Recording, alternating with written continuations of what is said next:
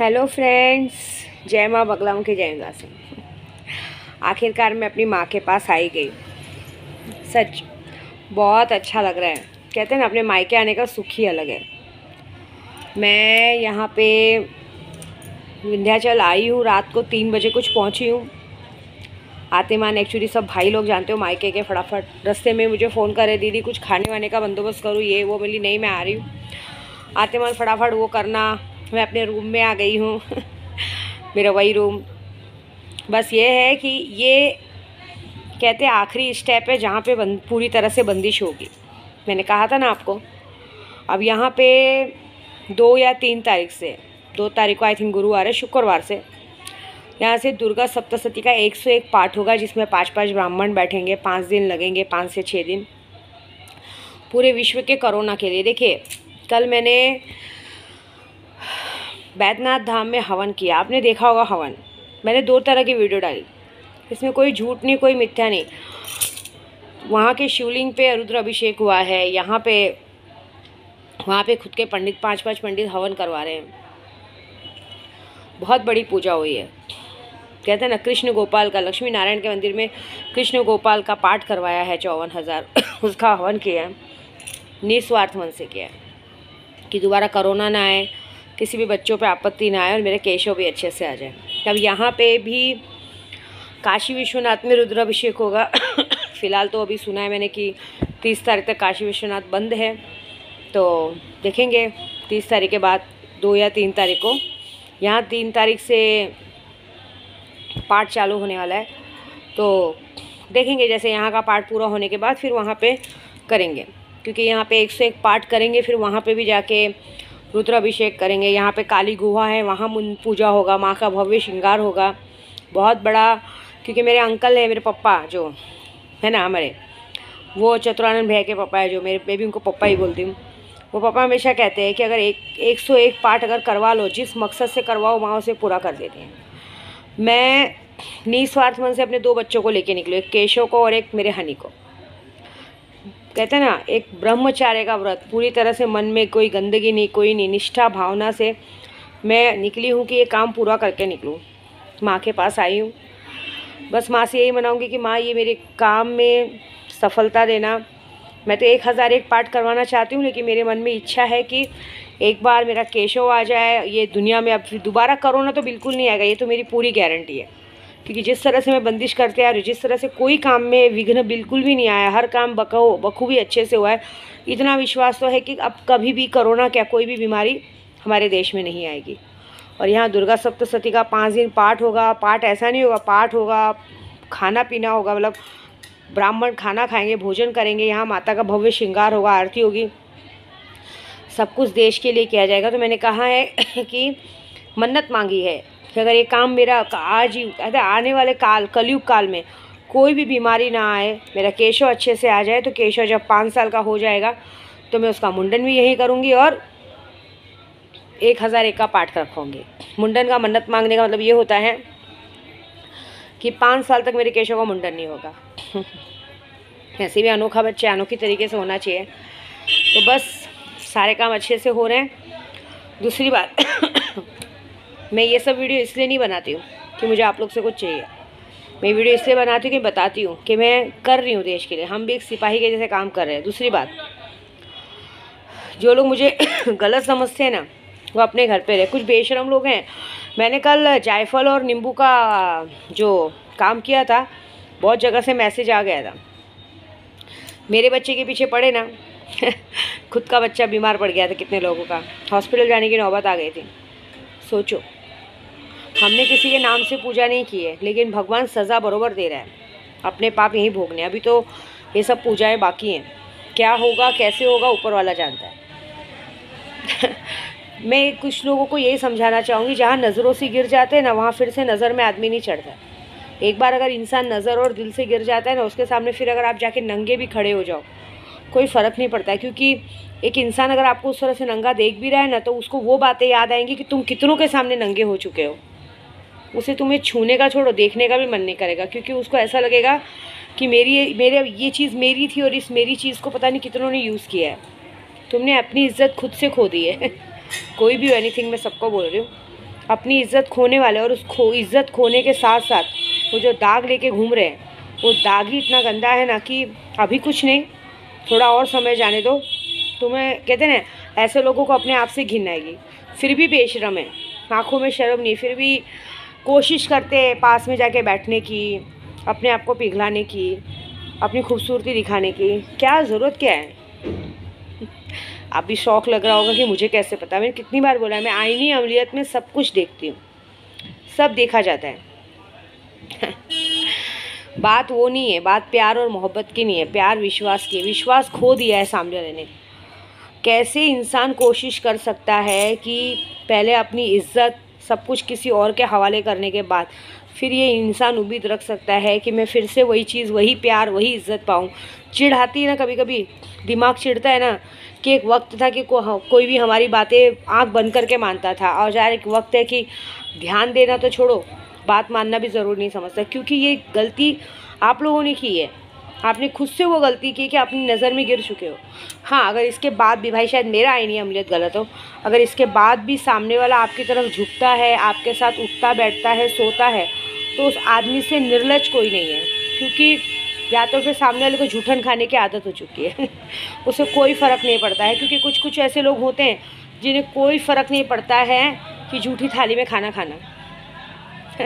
यहाँ तो हमारे कपड़े भी अगर कोई और पहन लेता है ना, तो दोबारा उस कपड़े को पहनने का मन नहीं करता। मेरी आदत तो यही है, लेकिन इंसानों में ऐसा नहीं कहा जाता। लेकिन एक बात है कि दूसरों का मानना, देखो इंसान माफ़ तो कर देता है, लेकिन गलतियों को माफ़ किया जाता है, गुनाह को माफ़ नहीं किया जाता है। गलतियाँ क्या होती है, जैसे कभी एक आध बार गलती हो गई उसको गलती कहते हैं, लेकिन गलतियों को करके उसका रिज़ल्ट लेके आना, उस रिज़ल्ट को लेके घूमना और फिर बोलना कि मेरी गलती है, तो वो गलती नहीं, वो गुनाह है। और वो गुनाह ज़िंदगी भर आदमी उसको देख देख के सोचेगा कि ये गुनाह, जैसे जैसे कहते हैं ना, जैसे जैसे आगे बढ़ेगा दिन, जैसे जैसे चीज़ें बड़ी होंगी, आदमी उस चीज़ को देख के हमेशा यही सोचेगा कि ये मेरी, मतलब ये मेरी कमज़ोरी का परिणाम है। शायद मेरे अंदर दम नहीं था, तो मुझे ये परिणाम दिया गया कि देखो तुम्हारे अंदर दम नहीं था, तो ये चीज़ तुम्हारे सामने लाई गई है। एक नामर्दगी का सबूत है, मतलब नामर्द होने का सबूत कि तुम मर्द नहीं थे, इसलिए तुम्हारे मैं को दिखाना था कि मैं तो अच्छे थे, हम तो अच्छे थे। तो नामर्दानी का सबूत सामने पड़ा रहता है। मैं इसलिए नहीं बोल रही हूँ, मैं इसलिए बोल रही हूँ कि देखते जब हम आईने लेते हैं ना बेशर्मी, कि एक तो गलती करना, ऊपर से एटीट्यूड दिखाना, ऊपर से लड़ना झगड़ना बेफालतू में, फिर हर बार, मतलब हर महीना, हर 15 दिन, महीना, अभी मतलब अभी 10 दिन भी हुआ नहीं जाके, फिर भी हर 10 दिन बाद बार बार यही कांड उठा के, पैर उठा के सोचना कि हर बार बस वापस अपने मायके जाओ, घर जाओ, ये जाओ, वो जाओ। तो पैसे झाड़ पे तो उगते नहीं है ना। ऐसा तो है नहीं। अगर गृहस्थी बसाई है, एक्चुअली मैंने ये सबके लिए बोल रही हूँ। एक्चुअली बहुत सारे जनों का मैसेज आता है कि माँ मेरी बीवी को सिर्फ मायका ही अच्छा लगता है। ये सबके लिए, हाँ, कोई पर्सनली ना ले। ये जो बना रही वीडियो में बहुत सारे जनों का है, तो बोलते हैं माँ मायके ही पसंद आता है। तो ये गलती लड़की की नहीं है, मायके वाले बेशरम है, भाई भाभी बेशरम है, माँ बेशरम है, जो अपनी लड़की को बढ़ावा देती है। वो ये भूल जाती है कि मेरे भी घर में एक बहू है, अगर वो भी कहीं जाएगी तो बार बार। उल्टा भाई भाभी माँ बाप को बोलना चाहिए, हर महीने क्या है, हर 15 दिन, महीने में क्या है, मुंह उठा के आते हो, घर में रहो ना। लेकिन क्या करें, माँ बाप भी बोल नहीं सकते ना, क्योंकि जब लड़की बेशरम है, पहली बात तो मैं सब लड़कियों को बताऊंगी, जब अपना घर अपना होता है यार बेटा, देखो अपना घर सुकून है। देखो अभी मैं मायके आई हूँ ना, कितने दिन बाद आई हूँ मैं, क्या हर महीने आती हूँ? नहीं, हम लोग साल 6 महीने में आते हैं। वो भी अपने होटल में, ना कि घर में जाके डेरा जमा के बैठे। होटल में हैं, यहाँ रहते हैं, पे करते हैं, अपना इज्जत पाते चले जाते हैं, किसके सर पे बोझा नहीं बनते। तो मायके अभी देखो मैं आई हूँ तो सब दीदी दीदी करके आगे पीछे घूम रहे, लेकिन हर महीने मुंह उठा कहेंगे तो वो भी बोर होंगे ना। आदमी की इज्जत अपने घर में है।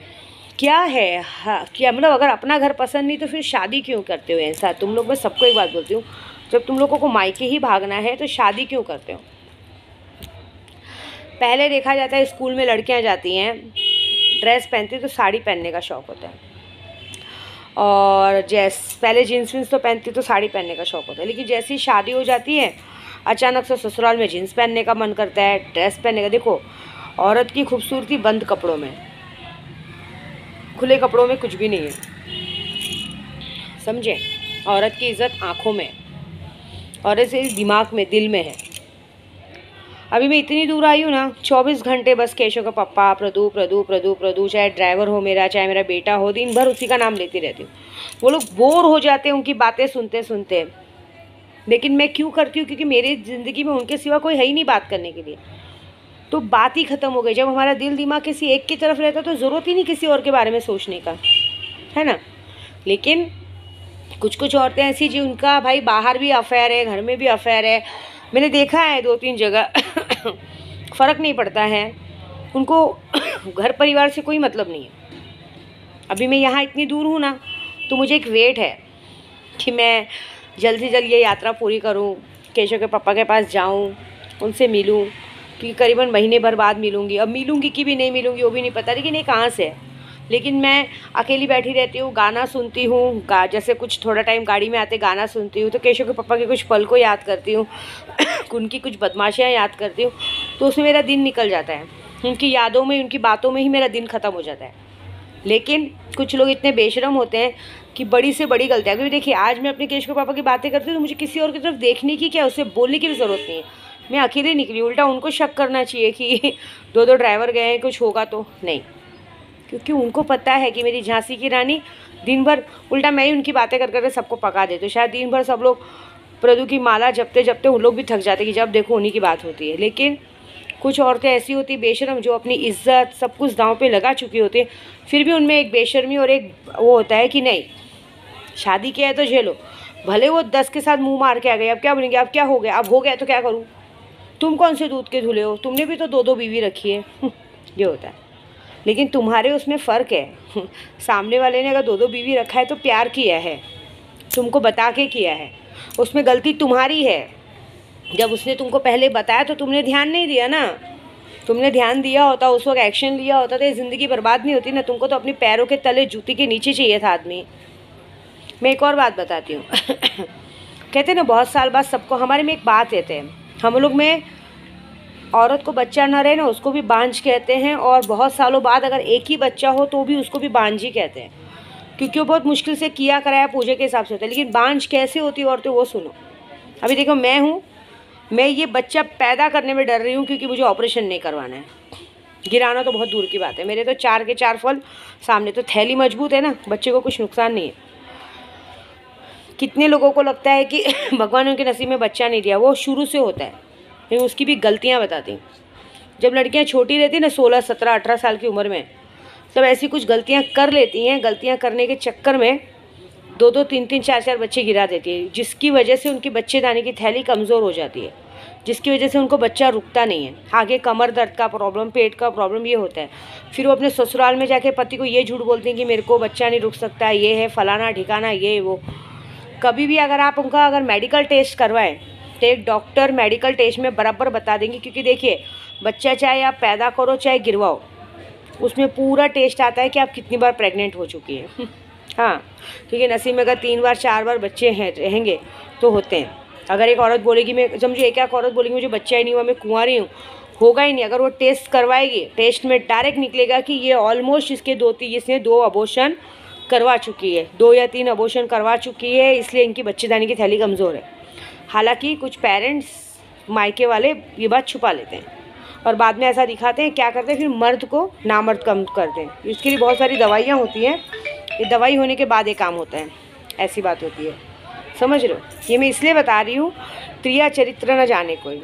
तो मैं एक ही बात बोलूँगी, जो गलती की है ना उस गलती को एक्सेप्ट करो और मत कोशिश करो, क्योंकि गंदगी है ना, गंदगी, जो चीज़ इज्जत खो चुके हो ना वो फिर वापस नहीं आएगी। तुम अगर सोचोगे कि मेरा पति मुझे फिर से उस नज़र से, पहले वाले प्यार की नज़र से देखे, वो देखना चाहेगा भी ना, लेकिन फिर उसको वो देखना तुम्हें चाहेगा भी ना, लेकिन जो तुमने रिज़ल्ट रखा है ना सामने जीता जागता रिज़ल्ट रखा है ना, तो आदमी जब जब उस रिज़ल्ट को देखेगा ना तब तब उसको एहसास होगा कि ये मेरी नाकामी का सबूत है, मतलब मैं नाकामयाब था नहीं कर रहा था उसका सबूत है। और जब जब तुम कोशिश करोगी ना, जब जब तुम उसके सामने कपड़े उतारोगे ना, कोई भी हो एनीथिंग, और उसके सामने नंगा खड़े रहोगे ना, तो वो सर से पाँव तक तुमको जब देखेगा ना, तो उसको प्यार आने के पहले तुम पर घिन आएगी कि पता नहीं इस शरीर को पता नहीं कितने लोगों ने छुआ होगा। नहीं मुझे नहीं जाना, मतलब एक बार प्यार आएगा भी तो पीछे हट जाएगा, क्योंकि प्यार बहुत अलग चीज़ है और बहुत मीठी और बहुत पवित्र चीज़ होती है। मालूम है सबको बुरी लग रही, किसी के तो दांत पीस, ये वीडियो देखने के बाद कोई दांत पीसेगा, लेकिन सच तो सच है। मैं तो अभी अपनी माता विंध्यवासिनी के दरबार में बैठी, मैं तो झूठ बोलूँगी नहीं। कुकर्म करने से पहले सोचना चाहिए था। और आप सोचो कि 10 के साथ तुम, कोई भी, तुम क्या, मतलब सबके लिए बोल रही हूँ मैं, तुम मतलब एकदम से कोई अपने लिए पर्सनली मत लेना भाई, मैं किसी का नाम नहीं लेती हूँ, मैं सबके लिए बनाती वीडियो। तो इंसान गलती करके अगर ये सोचे कि मैं तो सती सावित्री हूँ, दूध की धुली हुई हूँ, तो ये बात नहीं। एक बात पता नहीं, हम औरतें हैं ना, एक बार आदमी की गलती बर्दाश्त कर लेते, लेकिन अगर आदमी कभी भी ये बर्दाश्त नहीं करेगा कि मेरी औरत किसी और के साथ जाके आई हो, अगर उसको पता चल गया, जब तक उसको नहीं पता है तब तक ठीक है, लेकिन जिस दिन उसको पता चलेगा कि मेरे सिवा भी मेरी औरत किसी और के सामने नंगी हुई है, तो देख लेना उसके बाद उसका पति उसे उस नज़र से देखेगा ही नहीं, छूने का भी मन नहीं करेगा। चीज़ें करनी तो बहुत दूर की बात है, घिन आएगी आदमी को, उस चीज़ से घिन आएगी, ऐसा हो जाएगा, ये बात है। तो प्लीज़ प्यार में ईमानदार रहो और अच्छे से रहो। क्योंकि मैं तो देखो, मैं तो भले इतनी दूर हूँ, लेकिन मैं तो अपने दिन भर केशव के पापा की माला जपते जपते ही मेरा पूरा दिन ख़त्म हो जाता है, ऐसा है। बस आपको मेरी वीडियो पसंद आएगा बिल्कुल ना भूलें। और ये बंदिश आप सबके लिए कर रही हूँ, तो आप सब लोग भी दुआ कीजिए कि मेरी गोद में मेरा केशव आ जाए, बस और कुछ नहीं। और रिश्ते में ईमानदार रहिए, और कुछ नहीं। जय माता दी।